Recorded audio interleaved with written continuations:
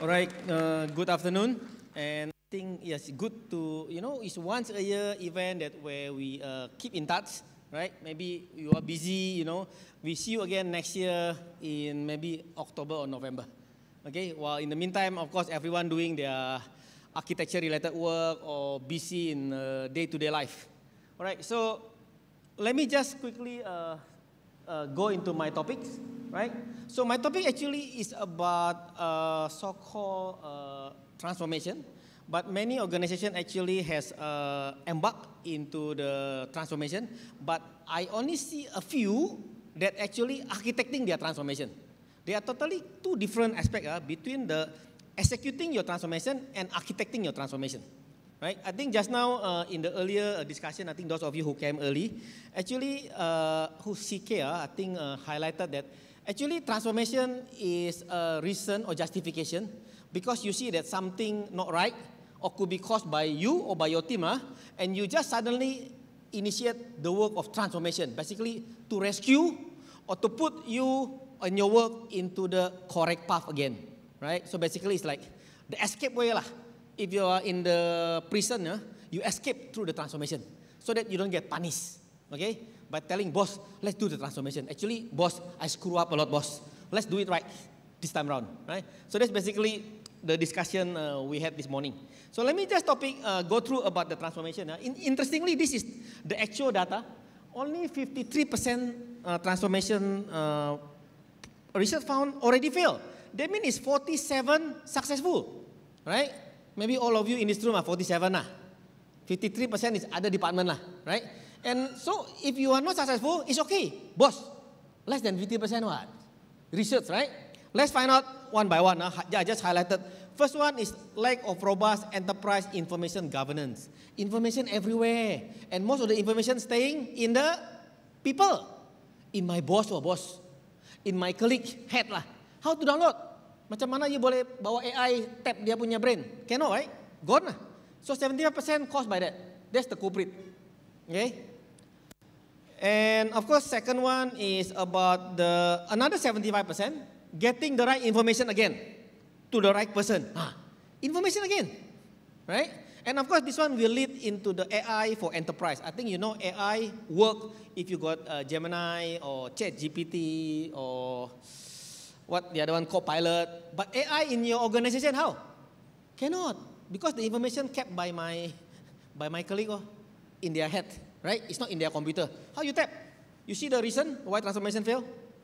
Of course, resilient or paper instead of digital media, especially those older people like me. They still need to touch paper. If not printed, I don't think I deliver something.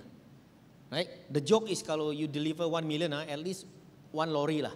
One lorry document you have to deliver. Yeah? If you deliver 100,000, I can okay to accept hard disk lah. But hard disk also need to be 1 terabyte lah. Otherwise, I will not accept, right? So this is the culprit lah.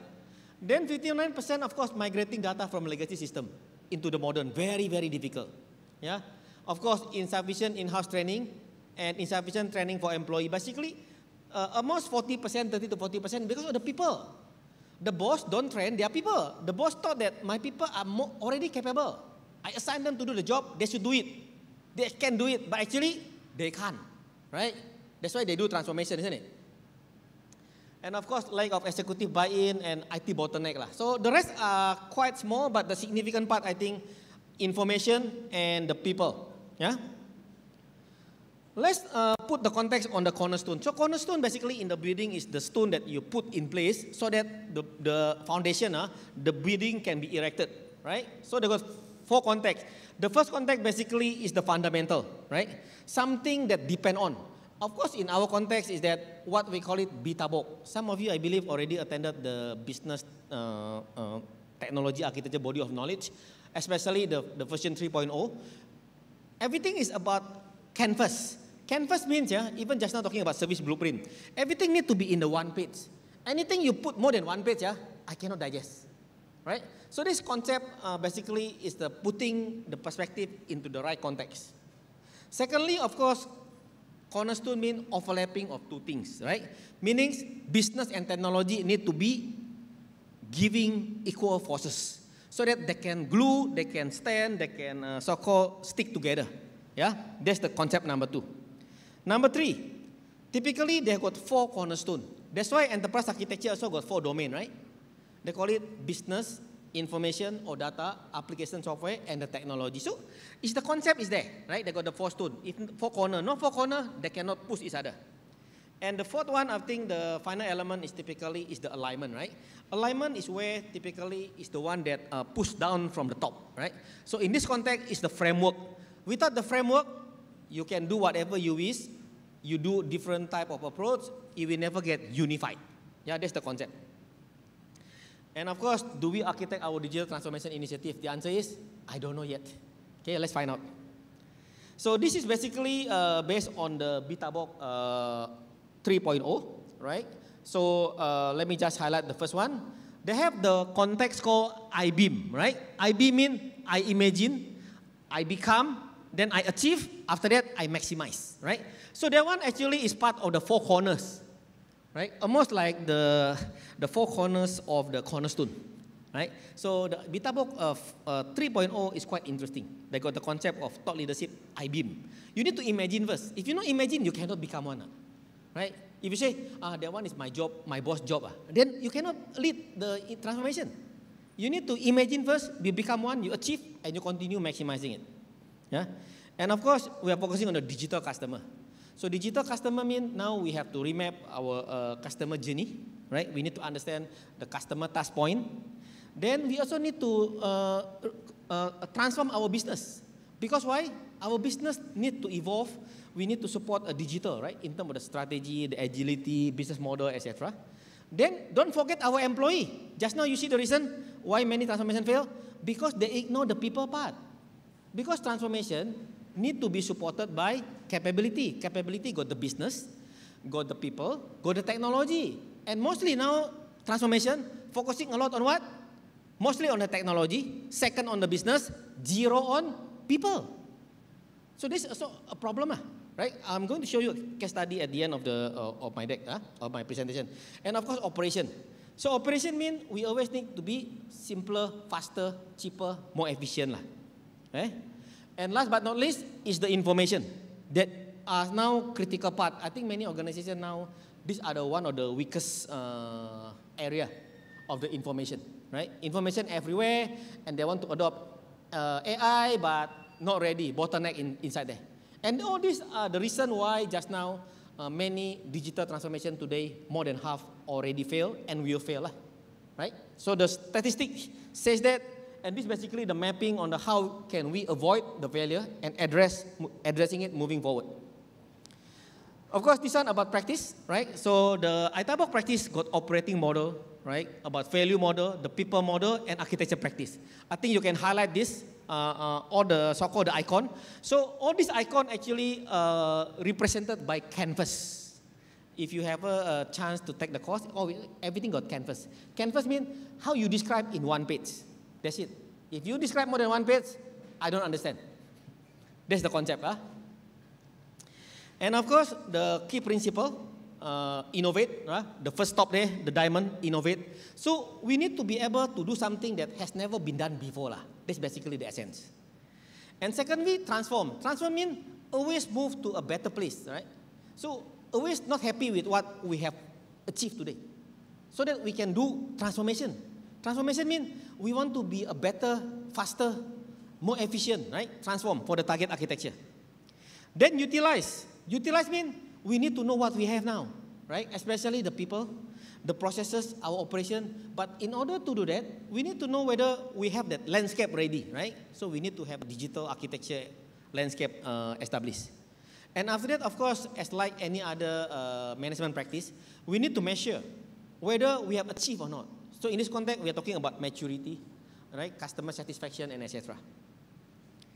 And then the 4 domain, I think 4 domain quite straightforward. I think in this context, I don't need to elaborate. I think you know all these 4 domain of architecture. Let me just move on. The context of EA framework. So EA framework has been put as the capstone. Capstone means if you are putting the stone like this, the building is the one at the top, the push down, so that everything balance up, right? To lock and interlock. Okay. So TOGAF is this is the TOGAF latest edition, version 10, right? For those of you who have seen the TOGAF 9, they removed the arrow. You see this? No more arrow. Because why? They believe in the agile and they believe in the achieving a digital enterprise. So TOGAF Standard 10 edition is almost like 80% rewritten. You don't see step anymore. In the TOGAF 9, you see step 1, step 2, right? Like if you remember architecture vision, they got 11 steps. In this TOGAF Standard 10 edition, 0 step, 0. Okay, and then in the like BCD, they got 9 steps. Here got 0 step. They don't talk about step anymore. Everything is about agile, right? But the key emphasis is on this requirement management. So requirement management need to be properly established. If this one established, the rest you can do incremental, fast. Otherwise, reinvent the wheel. Okay, TOGAF 9 don't really emphasize on the requirement management. It's there to manage requirement, but TOGAF Standard 10 edition is emphasizing a lot on there. Yeah. So basically, in the highlight, in the first one, you need to identify your sponsors, your stakeholders. You understand their vision, their motivation, their strategy. Then after that, you look at what jobs to be done. Gaps mean jobs to be done, right? If you don't have the gaps, mean you don't need to go to work tomorrow, right? You check today, boss, tomorrow got job to be done. No? Don't have everything steady. Don't need to go. Tomorrow we take holiday. Okay, can have a long weekend until, long weekend. Tomorrow and the day after holiday, a long weekend. Boss, since no job to be done, I take cuti first, 1 month. After come back 1 month, boss said, no job to be done. No change. Then don't need to work, right? Relax. But I don't think we have in the situation, right? We have so many things. Even like go home also have to be after 10 o'clock, right? Many jobs to be done, huh? Gaps. Because of that direction from A, right? Then after that, here is where we consolidate all the project portfolio, execute the project, govern the project, and if there's any changes, huh? And the middle part is where we have the repository. So TOGAF Standard 10 edition emphasizes a lot on the middle one.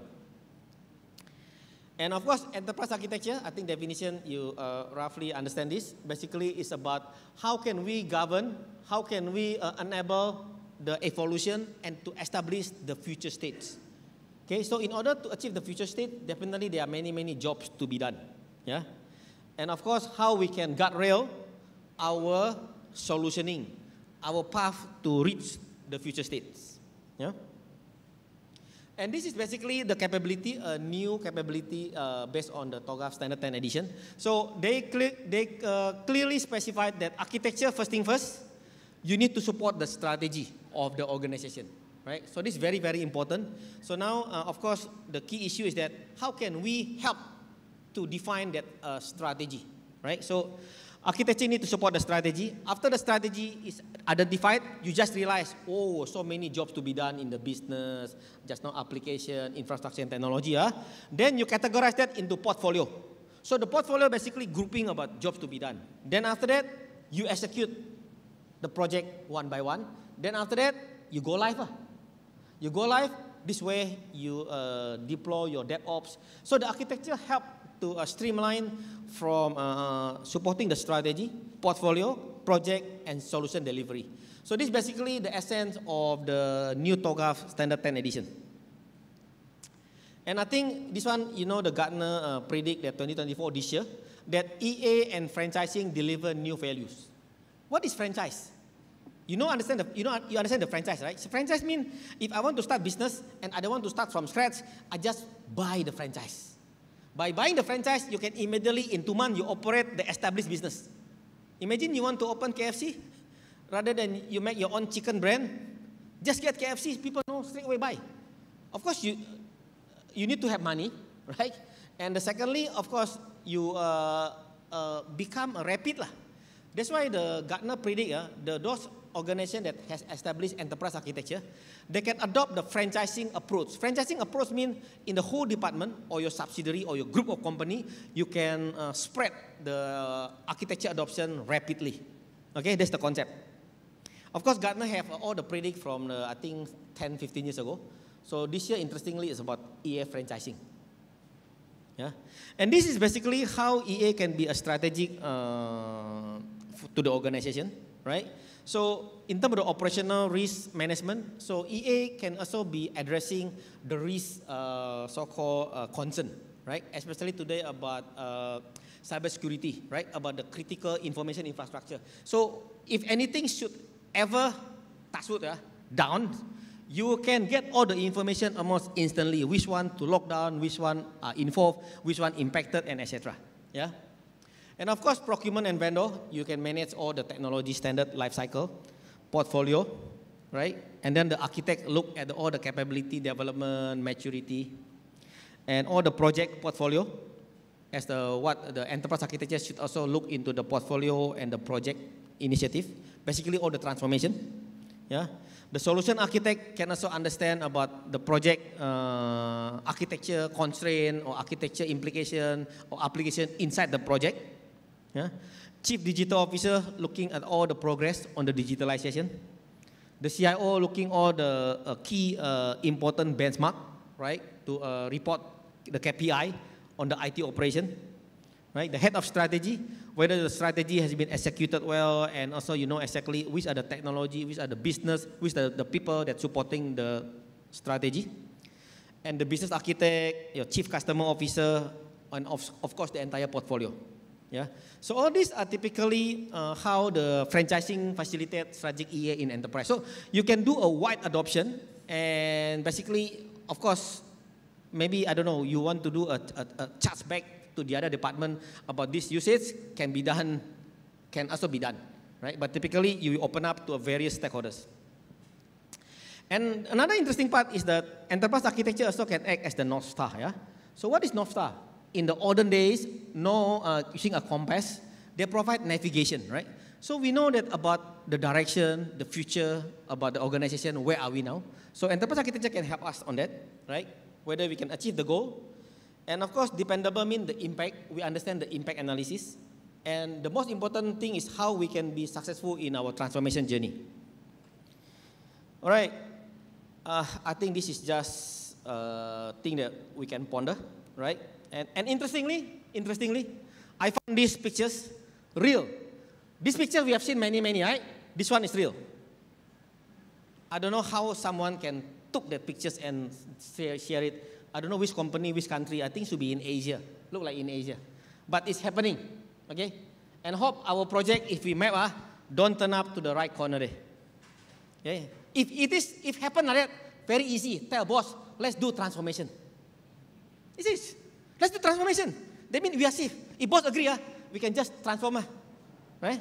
And we have been forgiven. Okay? All right. Now, from now onward, I'm going to share with you the case study. All right? The case study, how we typically help so-called organization or conducting the workshop in architecting the transformation. Yeah?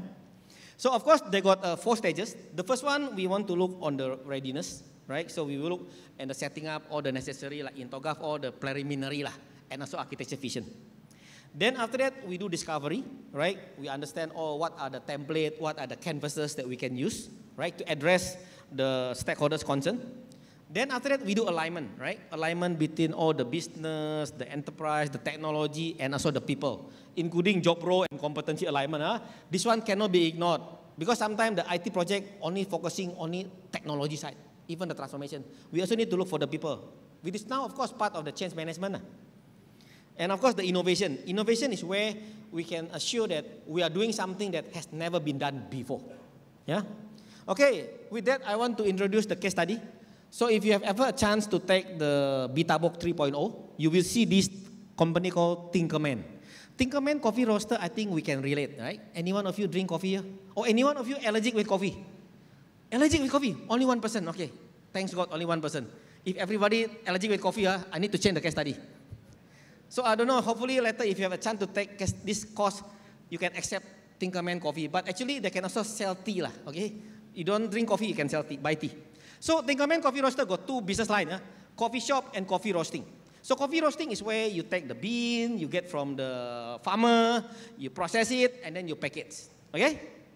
So the vision, to be #1 coffee shop in Southeast Asia. Okay, for people to relax and distress while drinking quality coffee. To distress, so that means the venue is very, very important. And then the mission, We are in the business of helping our customer to relieve their daily stresses. So if you don't stress, don't come to this coffee shop. Right? If you're stressed in life, come to this coffee shop. They will make sure that when you leave the place, you got distressed. Okay?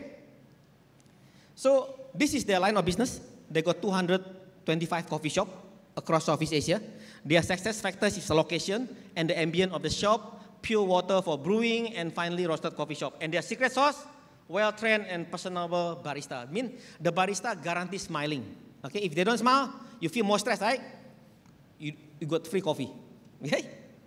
Then their coffee roasting, so they roast and sell over 5 million kilograms of bulk beans, distribute via Tinkerman, branding, through grocery store, distribute private branding. So private branding means if I want to create my own coffee label, you can go to them and design your own packaging, they will print for you. Secret sauce, consistent yet innovative crew of coffee roasters. That is basically their two line of business. Let's deep dive more. So they got B2C, right? B2C means they sell directly to the consumer, customer. You understand, right? So they got student, business professional, coffee addicts, customer who want to hang out. They also have B2B, the hotel chains, and also the catering company, right? So the catering company, like at the back, they can just white labeling their company logo. And then interestingly, they got B2B2C.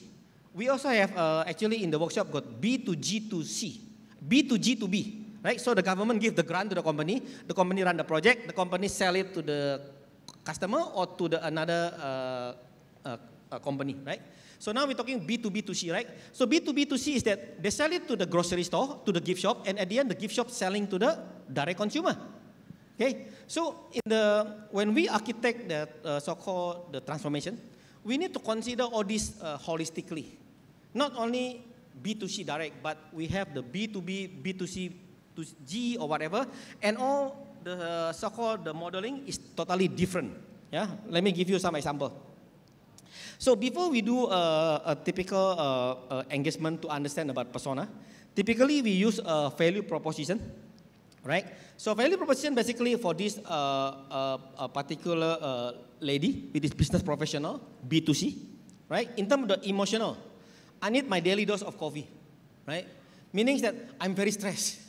Give me a coffee for me to relax, okay? And then what are the key job or steps, functional job? I get my work done outside office. So I need to get the place where I can work so that I relieve my stress and I can get my work done. What is the fears? Okay, I cannot get fast internet connection. Why? I need to work. What? I don't want to use my so-called data myself. I need the fast internet. Okay, so if you can guarantee a super fast, what are the mandatory, right? So by understanding this, the whole coffee shop setup will be designed to address this on the B2C. Yeah?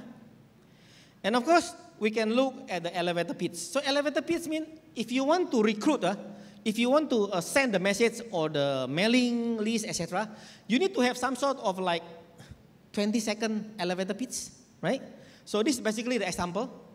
For business professional who is mobile, who has the need to have a daily dose of coffee, our product provides conducive environment to work. It's a coffee shop with the most sought after quality coffee that enables them to kick off the day with good internet. Unlike other coffee shops who don't roast own coffee, our product is served by well-trained, personable barista. If you receive this type of the invitation, do you think you will drop by? You will, right? It's quite promising. Not like any other coffee shop, yeah? And of course, we can look for the persona. This is example on the canvas. So in the BetaBook 3.0, go about 100 over canvas. This is one of the canvas, okay, that we use for business professional. So let's map this lady, Eileen, right?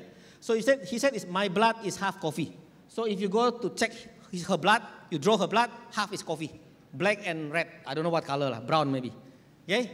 And of course, he worked as the sales. She worked as a sales, and she enjoyed talking with the staff, and she's a patron of the coffee shop.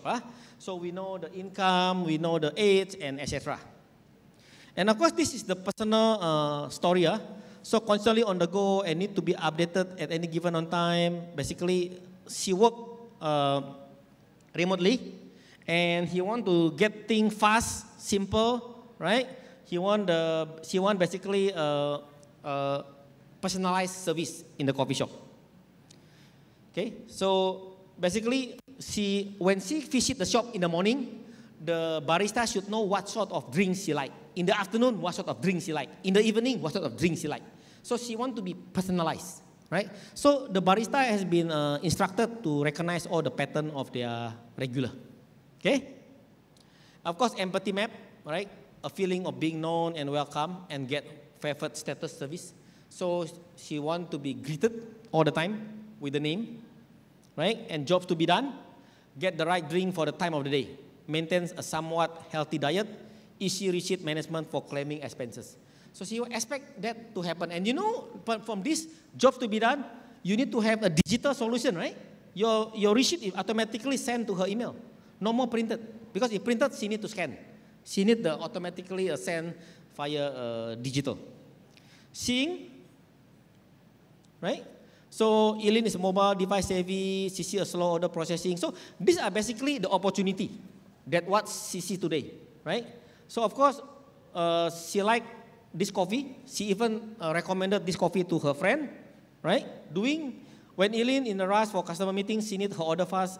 When she walked in the store, she planned on working there and want her food and drink herself in real plates and real cups, right? She doesn't like the plastic or paper cup, okay? And hearing, of course, there will be a new coffee shop opening next door, okay? So we need to capture this. And of course, we can map customer journey, right? So customer journey basically, typically in this context, they got pre-order stage, right? We capture her emotion, okay? And I think the most important part is the opportunity at the bottom there, right? Because the opportunity at the bottom is where we are going to address that in our service design, okay? Then of course, they have the order, right? Look at the menu and then also sometimes confused because too many options, yeah? And of course, the opportunity at the bottom is online menu with pictures and description, bundle meal and drink, etc. Okay? And then payment, also what sort of payment that can be accepted, right? Sometimes confused, so many options, okay? And then the waiting, okay? Checking on the phone, checking for next appointment, looking at social media. So all these are so-called the what she's doing, thinking and feeling in every stage of the, in fact, ordering, entering the coffee shop. Okay? And of course, when consuming as well, right? She also need to know, got free refill, and then, you know, how to get the ambient, the atmosphere all set correctly. Okay? Now I want to introduce you the concept of the service thinking or service blueprint, right? In the context of ISA, call it service blueprint. Actually, what we do in life is about most of the time we receiving a service rather than we provide the service, right? Unless you are working in the service industry that you provide the service to others. Typically, we are receiving the service. Okay? So even insurance policy, right? We receive a service and hopefully we don't use this insurance. We buy, but hopefully we don't use. Okay, we don't want to use. Then of course, the healthcare as well, right? We receive a service treatment, right? And with even we send the car for servicing, also service. Right? Somebody need to change our engine oil and etc. Okay? Even we take the airline, it's also service. Right? So all these are the typical services. And of course, you know the concept of the front stage and the back stage. You watch this movie, James Bond. Every James Bond movie got this lion, right? Have any one of you ever flipped behind of your TV? What do you see? This is what you see behind of your TV, right? You only see the front.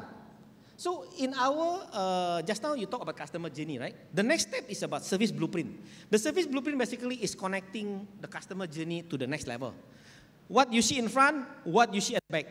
Like just now the coffee shop, right? In front is what? You see the counter, people queuing. What's the back? The kitchen. What do they do? Backstage. So you need to synchronize that to the front stage and the backstage like this. Okay? Although you hide the backstage because the backstage is a bit ugly. The front stage is more prettier. Okay? So this is what just now we mapped about the customer journey map. And actually the opportunity is in here, the bottom part, right? So the bottom part basically we can categorize as one of the service blueprint. Ordering service and we map that into the service blueprint canvas. Okay? So we know this as a service journey. So service journey is one of the blueprint, one of the canvas in the ISA Bitabok, right? That have all the map. So what we need to do is that we need to map the services, right? In terms of what are the scenario just now, the opportunity that we have, right? And then after that, we understand about all the path, right? How we can actually the journey map. And then we put the front state and the back states, rather than just the front states, okay? Then after that, of course, when you order pickup station, what are the waiting time, what are the back states are doing, what are the front states are doing, okay? Likewise, anti-exit. So all this basically is the current trend in terms like how do you map your customer journey map to the next level, especially today in the context of the digital customer experience, right? So of course, these are the bottom part is where is the opportunity to go through the project, right? The project that we can do to execute the transformation. Okay. The next one, of course, about business capability. I think capability, I think it's already the last 5 years. Every organization are now trying to establish the capability because the capability are the bridges between what the management wanted to do and the people execution on the ground. Yeah. So capability is very, very key today, and capability need to be supported by 3 factors: the people, the business, the process, and the technology. Right. So you cannot ignore one of the component, because if you ignore one of the component, it will not work. You see just now the reason why transformation project fail: people aspect, business aspect, and the technology aspect, or the information, etc. Yeah? So we need to glue this together. And of course, they got the capability canvas, right? In the ISA Bitabok 3.0. Like just now, if we analyze about ordering service capability, yeah. So basically, capability is to process a customer order. Then we need to map the outcome, what we are trying to do, right? And then what the business services that we are offering, and the technology we use, and the key metrics. And here, basically talking about people, process, and the technology. Yeah, what are the people required? What are the process required? What are the technology required? So all this basically to keep alignment between business and technology. When you talk about this, business understand, oh, it's like that. If they said, show me more about this POS system, then you can show your architecture deep dive. This is basically the opening about the topics, right? It's like you discuss about the blueprint of your building. If you ever build new building, can you show me the first floor? Okay, I tell you the first floor. The first floor, this will be the layout. Okay, then we go through the architecture. So all these canvas apparently is more received well by the business people, because we have been conducting this workshop. Typically is that the business people can facilitate, can engage in this. But when you go next technology, more technical, they're lost. Right? At this stage, typically they can absorb, they can understand. Okay? And of course, the next one about the people, right? The people basically we need to map with the competency. So this is example, just borrow from our neighbor. Singapore government already have tabulated all the skill required in all the industry. And free some more, online. Just borrow, right? Like this in the barista, got food service. Okay? Just copy there. Then after that, you look at the gaps that you need to address. And you highlight that, and you bring it to your management, to your human resource, to your people development team to address this. Yeah? And of course, with that, you can confidently model or architect your transformation. Right? I think I will hand over the time to the MC.